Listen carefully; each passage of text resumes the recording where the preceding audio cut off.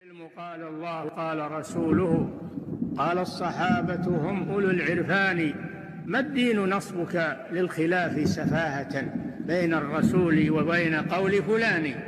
بسم الله الرحمن الرحيم والحمد لله رب العالمين والعاقبة للمتقين أشهد أن لا إله إلا الله وحده لا شريك له ولي الأولين والآخرين وأشهد أن محمدا عبده ورسوله وصفيه وخليله صلوات الله وسلامه عليه وعلى آله وأصحابه أجمعين أما بعد. أيها الإخوة, in the previous lesson we finished studying حلية طالب العلم by Sheikh Bakr Abu Zayd rahimahullah rahmatan wasi'ah, and now we move on to the next matan, which is Manzumatul Qawaid al-Fiqhiyyah. And as the title suggests, this matan or this text is regarding a branch of fiqh sciences or a branch of knowledge called Al-Qawaid al-Fiqhiyyah. And in studying Al-Qawaid al-Fiqhiyyah, we will be going through the matan or the poetry which has been given to you, entitled Manzumatul Qawaid al-Fiqhiyyah, authored by Shaykh al-Allama Faqih al-Qasim Abdurrahman ibn Nasir al-Sa'di rahimahullah rahmatan wasi'ah. And before we begin reading the matan itself and bringing some benefits, today's lesson is going to be an introduction about the science itself. And when we say Al-Qawaid al-Fiqhiyyah, what does it actually mean? Because for some of us, maybe this is the first time that we've even heard of Al-Qawaid al-Fiqhiyyah, and we've never heard of Al-Qawaid al-Fiqhiyyah before. So before we even begin studying, we need to know, what does Al-Qawaid al-Fiqhiyyah mean? What does it relate to? What are we actually studying? And then perhaps we'll speak a little bit about the matan itself, about the text, and perhaps a little about the author. So Al-Qawaid al-Fiqhiyyah, yani this science, this term, Al-Qawaid al-Fiqhiyyah, it's made up of how many Arabic words? Al-Qawaid al-Fiqhiyyah. Muhammad? How many words? Al-Qawaid al-Fiqhiyyah. Al-Qawaid al-Fiqhiyyah. How many words? Two words. Two words. Al-Qawaid al-Fiqhiyyah. Two words. Naam. Al-Qawaid al-Fiqhiyyah. The word Al-Qawaid, Mahmoud, is the plural of which word? And Al-Qawaid is plural, is jam'. Sahih, plural. What's the single of Al-Qawaid in Arabic? Rayyan? Al-Qa'idah. Al-Qawaid is many. Al-Qa'idah is one. So this science, this name, is made up of two words, Al-Qawaid al-Fiqhiyyah. And we need to understand, what does Al-Qawaid mean and what does Al-Fiqhiyyah mean. Al-Qawaid, jam'u qa'idah. It is Al-Qa'idah. But what does qa'idah mean? Asasu kulli shay' wa asluhu. Asasu kulli shay'in wa asluhu qa'idah. The root of something, or the foundation of something, or the basis of something, we call it a qa'idah. We call them qawaid. The root or the foundation or the basis of something, we call this qawaid. And these qawaid, they can either be physical or it is a metaphorical meaning. Either it's physical or it's an abstract. It's either physical meaning or it's an abstract meaning. So they say, Al-Qa'idah asasu shay'in wa asluhu hissiyan kana am ma'nawiyan. It is the root or the foundation or the basis of something, whether it is physical roots, physical foundations, or it is an abstract meaning. So for example, the physical foundations mean the foundations of a house. Now, before they build a house, what do? They dig foundations. Once they've dug the foundations, then they put the steels in and the concrete, and those are called the foundations of the house or the building. And Allah subhanahu wa ta'ala said in the Quran, وَإِذْ يَرْفَعُ إِبْرَاهِيمُ الْقَوَاعِدَ مِنَ الْبَيْتِ وَإِسْمَاعِيلُ. And when Ibrahim was raising or constructing al-Qawaid min al-Bayt, the foundations of the Kaaba. So this is al-Qaida, meaning the physical foundations, physical roots of a building.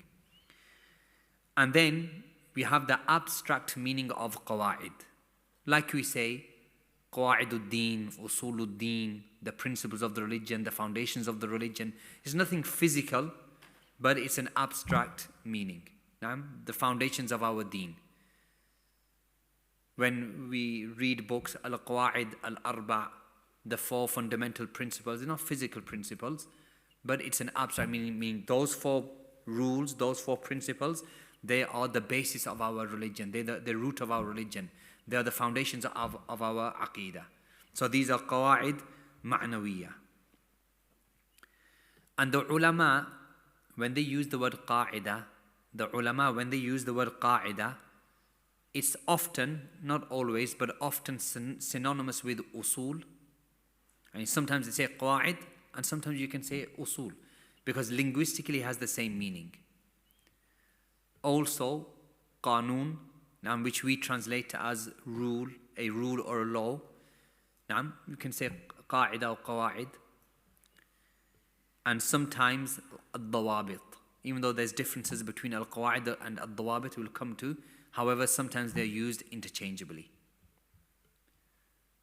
So qawaid, usul, qawaneen, yani qanun, dawabit, sometimes even masail, all of them can mean the same thing. So for example, qaida ma'nawiyya, kullu muwahhidin yadkhul al-jannah. Every person of Tawheed enters into Jannah. This is a qaida of our religion. It's taken from the text of the Sharia. Every muwahhid enters into Jannah. May Allah make us from the muwahhideen. And then in the Arabic language, there are qawaid. Kullu fa'ilin marfu'. Every fa'il is marfu'. It has a dhamma at the end, or ma yanubu an dhamma, or what comes in the place of a dhamma. So this is qawaid. Principles, roots, foundations, basis. This is the meaning of qawaid. Laws, qawaid. Meaning, you've got one principle, and then from this principle, يتفرع عنه or تتفرع عنه مسائل. On one principle, and under this principle are many, many different issues. Under this principle are many, many different and individual issues. For example, كل موحد يدخل الجنة. Every muwahhid enters into the Jannah. That's a principle. Okay. If it's a male muwahhid, does he enter into the Jannah? Male. Naam. Why? It comes under the qaida. Female, old, young, black, white, Arab, non-Arab, European, African. This one principle covers every single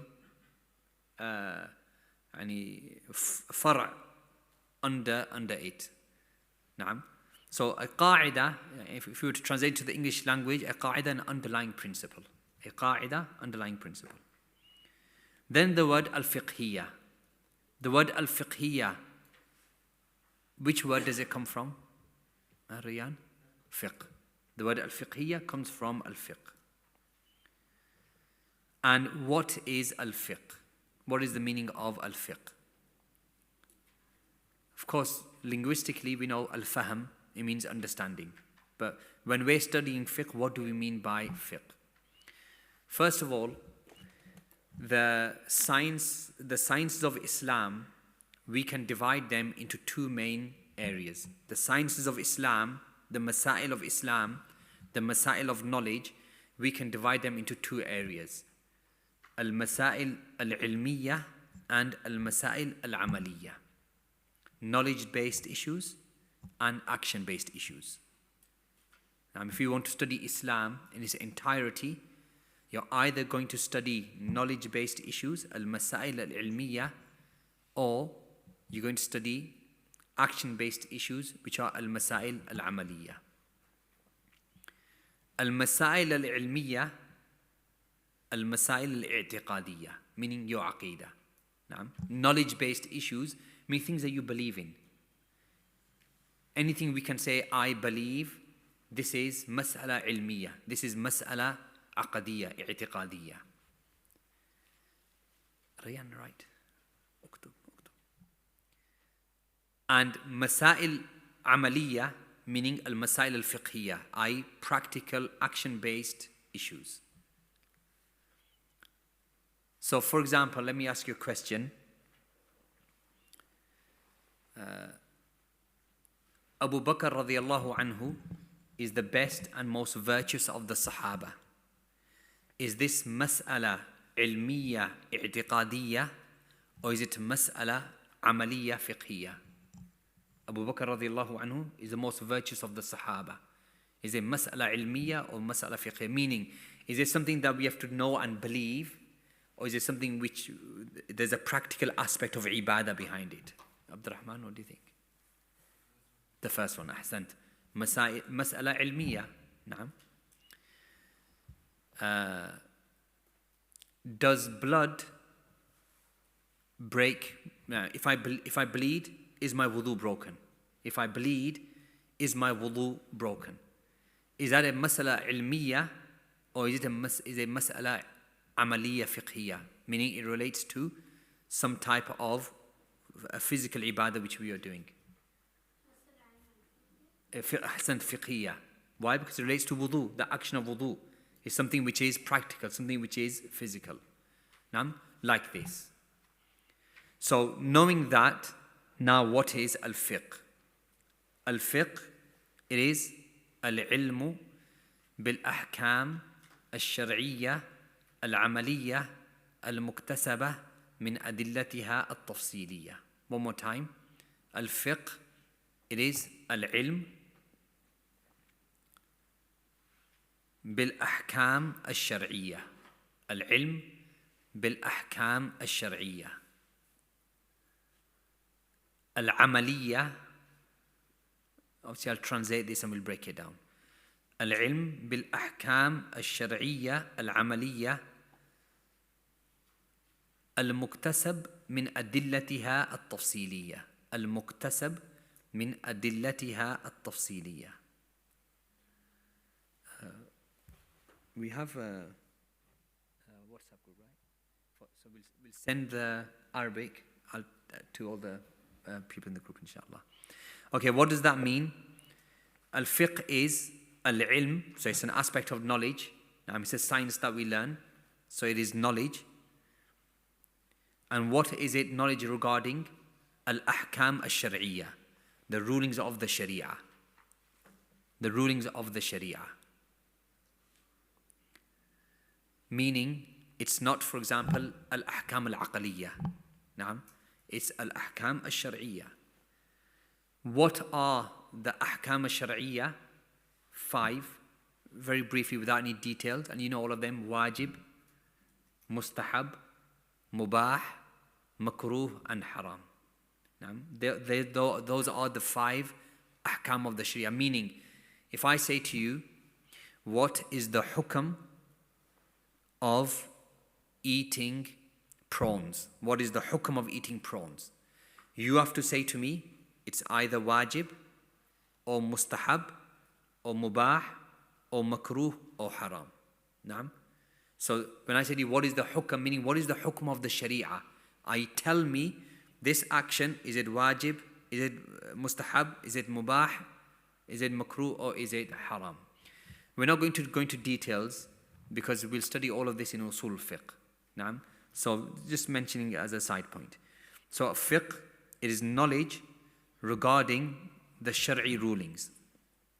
Al-amaliyya, action-based rulings, meaning not al-ilmiyya, not al-aqidah. Al-aqidah is what? Al-masail al-ilmiyya, like we said. Who do we believe is the best sahabi? What do we believe regarding the punishment of the grave? What do we believe regarding Iman? What do we believe regarding Al-Qadr? What do we believe regarding the angels? All of this is Masail Ilmiya, Aqidah. As for fiqh, it is Al-Ilm bil-Ahkam al-Shar'iyya al-Amaliyya, not al-I'tiqadiyya.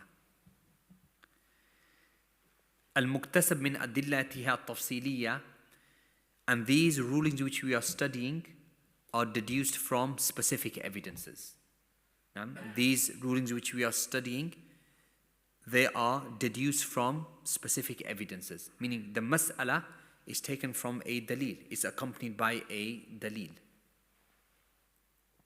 So if somebody says the hukm of blood is that it's najas, if somebody says that, fi khilaf, the ruling of blood being najas, where's the evidence? That is al-fiqh. Knowing the mas'ala taken from the evidence. So that is al-qawaid and that is al-fiqhiyyah. Now everybody seems lost. Does anybody have any questions? Something not clear? Did you miss anything out? Anything that I've said is not clear?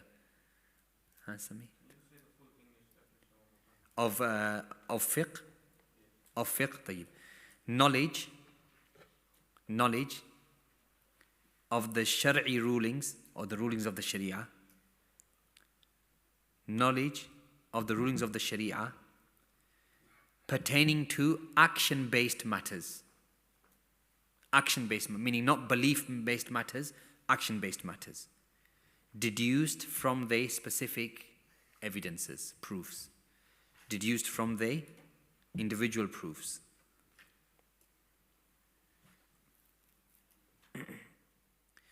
So having understood what al-qawaid means and what al-fiqhiyyah means separately, these two terms, we know what al-qawaid means: principles, foundations, rulings, laws, the basis, that is al-qawaid.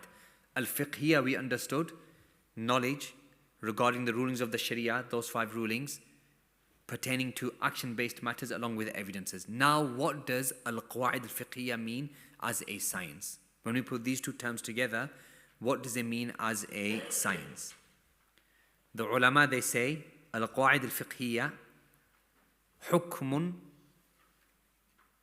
aghlabiyyun fiqhiyyun ينطبق على جزئيات عديدة من أبواب الفقه المختلفة. One more time. القواعد الفقهية حكم أغلبي فقهي. حكم أغلبي فقهي ينطبق على جزئيات عديدة من أبواب مختلفة. This also I'll send you on the WhatsApp group inshallah. So it's easy for everybody. حكم أغلبي فقهي ينطبق على جزئيات عديدة من أبواب المختلفة. طيب, what does this mean? حكم أغلبي فقهي, an underlying fiqh-based principle. An underlying fiqh-based principle. An underlying fiqh-based principle ينطبق على جزئيات عديدة, which applies to various juz'iyat, meaning various furu, various subsidiary matters. Various subsidiary matters. I'll explain all of this inshallah. So underlying fiqh-based principle which applies to or which dictates various subsidiary rulings, meaning juz'iyatin adida, in various areas of fiqh. In various areas of fiqh. حكم أغلبي فقهي ينطبق على جزئيات عديدة من أبواب مختلفة. An underlying fiqh-based principle which dictates various subsidiary rulings in various areas of fiqh. So firstly, why do we say hukmun aghlabi and not hukmun kulli? Hukmun aghlabi means that this principle, it applies in the majority of the cases. Hukmun kulli means that this principle, it applies in every single one of those situations. Now, this is only a side benefit. The reason why some of the ulama, they say hukmun aghlabi and not hukmun kulli, because there are always exceptions. There are always exceptions. So they say, حكم أغلبي, that this principle, it applies most of the time, not all of the time. Because even in this principle, there's always an exception. And there's always an exception. And then we say fiqhi, meaning that these al-Qawaid al-Fiqhiyyah, these principles, which science are they relating to fiqh. So when we study these principles, we're not studying aqidah, we are studying fiqh. That is the meaning of حكم أغلبي فقهي. طيب. ينطبق على جزئيات عديدة. That this principle applies to many different issues because it is a qa'idah. And we said, what is a qa'idah? Yani in the Islamic sciences, a qa'idah is a principle or a rule or a law which applies to many different instances and scenarios and issues. من أبواب مختلفة, in different areas of fiqh. In different areas of fiqh.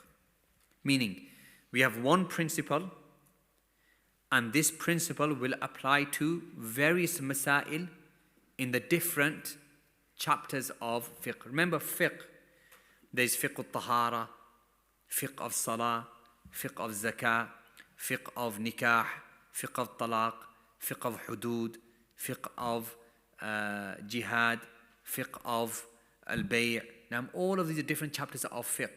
We can take one principle, and this principle can apply to many issues in many of those different chapters of fiqh. The same principle, it can apply to salah, it can apply to zakah, it can apply to jihad, it can apply to nikah, it can apply to talaq, it can apply to hudud, etc. Now, this is a qa'idah fiqhiyah. So let me give you an example. In al-Qawaid al-Fiqhiyyah, there is a principle, easy one, al-a'malu bin-niyat.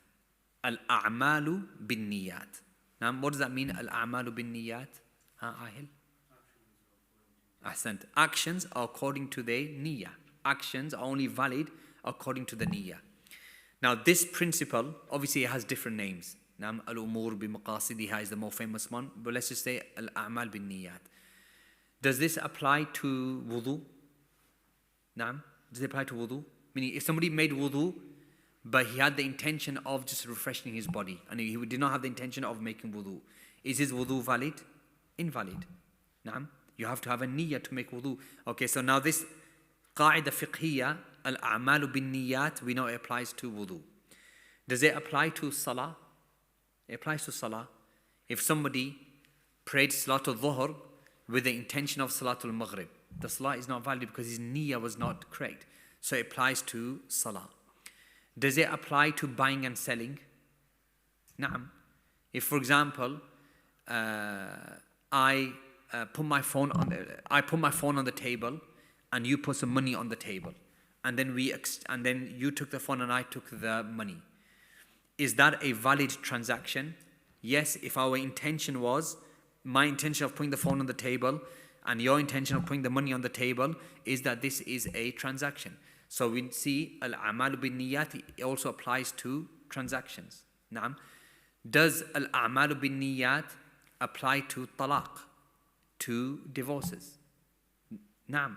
For example, if a person used lafdhun mubham, used an ambiguous wording which is not clear in talaq. For example, a man said to his wife, go back to your mother's house. Go back to your mother's house.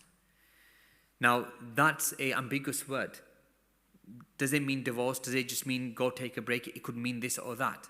When it comes to the qadi will say, when you said this ambiguous word, what was your niyyah? If your niyyah was, go back to your mother's house, meaning we're done, we're finished, it's talaq, it's a divorce. If your niyyah was not divorce, it was not talaq, it just meant, look, I need some space, it is not a divorce. So when it's al-fadh al-mubhama, yani ambiguous words, the niyyah has to count. The point behind this example is, we have one qa'idah, al-a'malu bin niyat. It applies to many different areas of fiqh and many different actions. Within tahara, it can apply to wudu and ghusl and tayammum. Within salah, it can apply to nawafil and fard. Naam. Within nikah and talaq, there are so many issues it applies to. Within transactions and loans, there's so many issues that it can apply to. So this is the meaning of حكم أغلبي فقهي ينطبق على جزئيات عديدة من أبواب مختلفة. That a قاعدة فقهية is an underlying fiqh-based principle which dictates various subsidiary rulings in most cases, because there's always exceptions, in various areas of fiqh. So for example, al-a'malu bin-niyat, actions are according to their intentions. This applies, there may be certain exceptions. For example, we know one of the differences between a fard fasting and a nafil fasting is that for the fard fasting, you have to make the niyyah before the suhoor, that I'm fasting. For the nafil fasting, a person like the Messenger used to do, he used to wake up and he hadn't eaten or drank and there was no food at home and he would fast. So even these qawaid al-fiqhiyyah, there are always exceptions and nuances. There are always exceptions and nuances. Of course, when we say al-a'malu bin-niyat, we're talking from a fiqh-based angle. We're not talking from the aqidah-based angle. So the first niyyah is that you're doing the act of worship for Allah, meaning at-tawheed, al-ikhlas.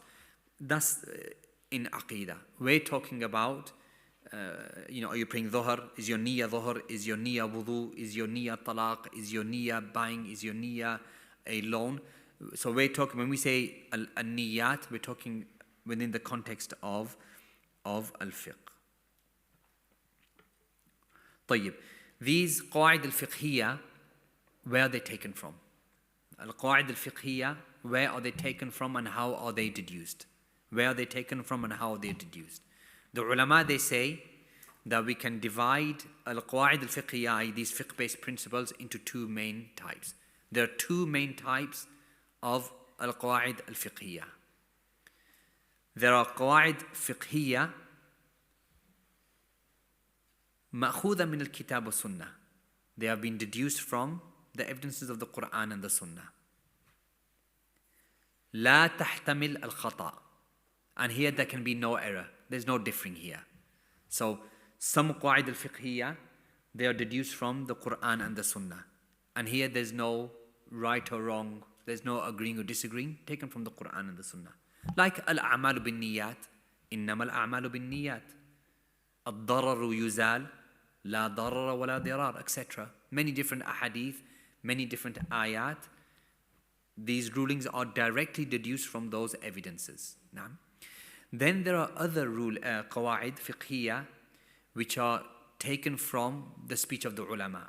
For example, the speech of the khulafa, the speech of the sahaba or an individual sahabi, the speech of Al-Imam al-Shafi mentions qawaid, Al-Imam Abu Hanifa mentions qawaid for some of the rulings which they give.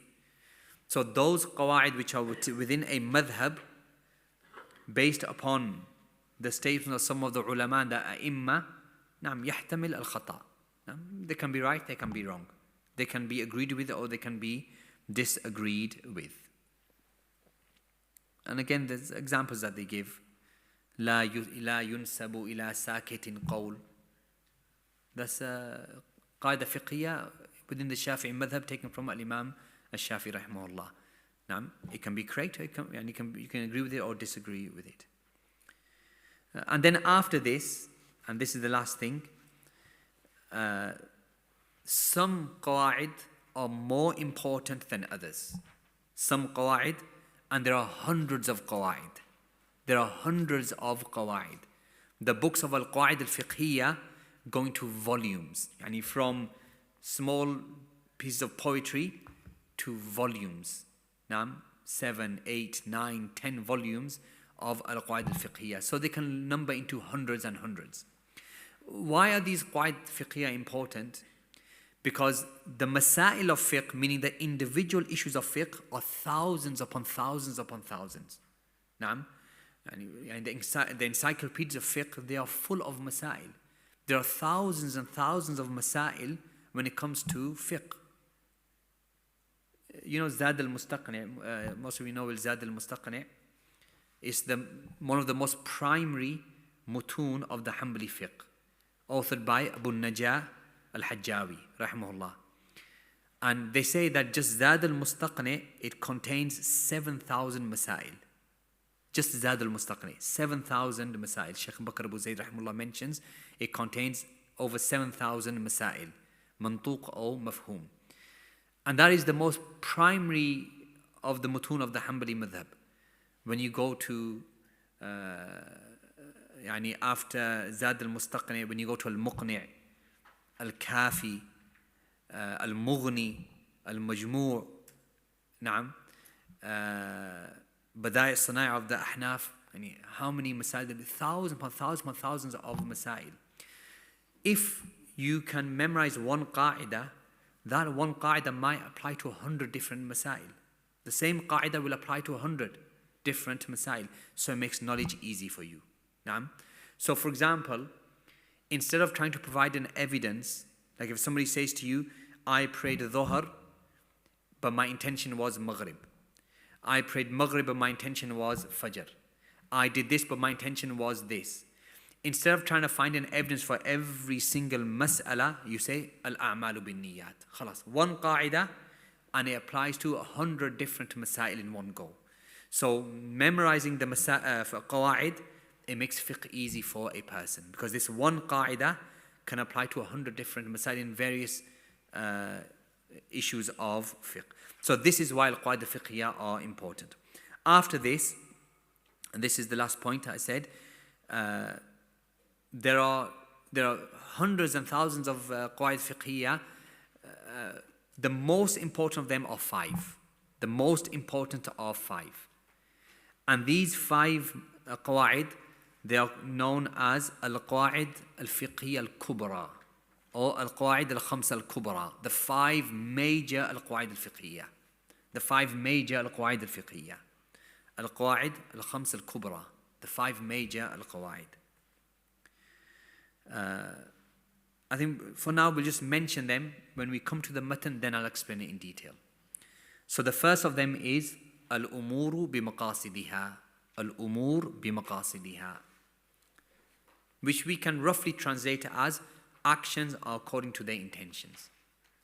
The first major qa'idah fiqhiyya, which is taken from the Sharia, agreed upon by the fuqaha, and it applies to almost every area of fiqh, is al-umur bi-maqasidiha.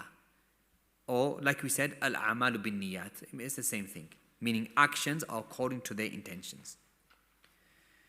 The second major principle of the 5 principles of fiqh, al-yaqinu la yazulu bi-shakk. Al-yaqinu la yazulu bi-shakk. That certainty is not removed by doubt. Certainty is not removed by doubt.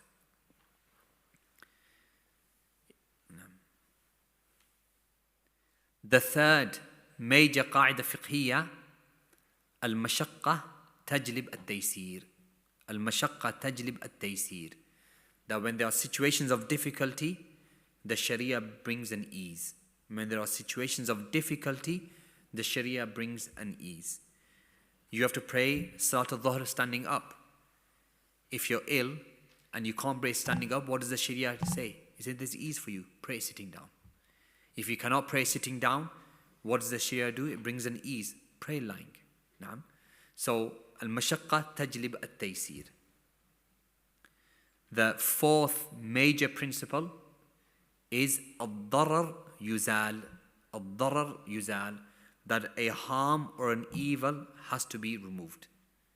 A harm or an evil has to be prevented or protected from or removed. From the hadith, la darar wa la dirar. And then the last of the major principles which the fuqaha agree upon is for homework. Now, for homework, inshallah, find out what the last major principle is in Arabic. Do some work and find out, inshallah, what the last major principle. We'll leave it at that, inshallah. Khalas, we'll suffice with that. So just before we end, what is the name of the text that we are studying? What's the name of the text? What did we say? منظومة القواعد الفقهية. What's the name of the author? Abdurrahman bin Nasir al-Sa'di or Sa'di? Abdurrahman bin Nasir al-Sa'di or al-Sa'di. The word al-Qa'ida, what does it mean? The word al-Qa'ida in English, what do we translate it to? Naam, a foundation or a principle or a rule or a basis. Naam. Fiqh, oh no, before that, the sciences of Islam, we can divide them in two main masail. What are they? Naam, Uzair? Ahsant. Al-masail al-amaliyya, meaning fiqh, and ilmiyya. Knowledge-based or belief-based actions. Knowledge-based or belief-based actions. What is fiqh? What is the definition of fiqh? What is the definition of fiqh, Hassan? Ahsant. بالأحكام الشرعية العملية المكتسب من أدلتها التفصيلية. أحسنت. نعم. What are the 5 ahkam of the Sharia? What are, when I say what is the hukum of this, which 5 words do I need to hear from you? Sami? Wajib, mustahab, mubah, makruh, haram. Ahsant. Naam. Then after this, what is the definition of al-Qawaid al-Fiqhiyyah? What is the definition of al-Qawaid al-Fiqhiyyah? Naam, Abdullah Uthman.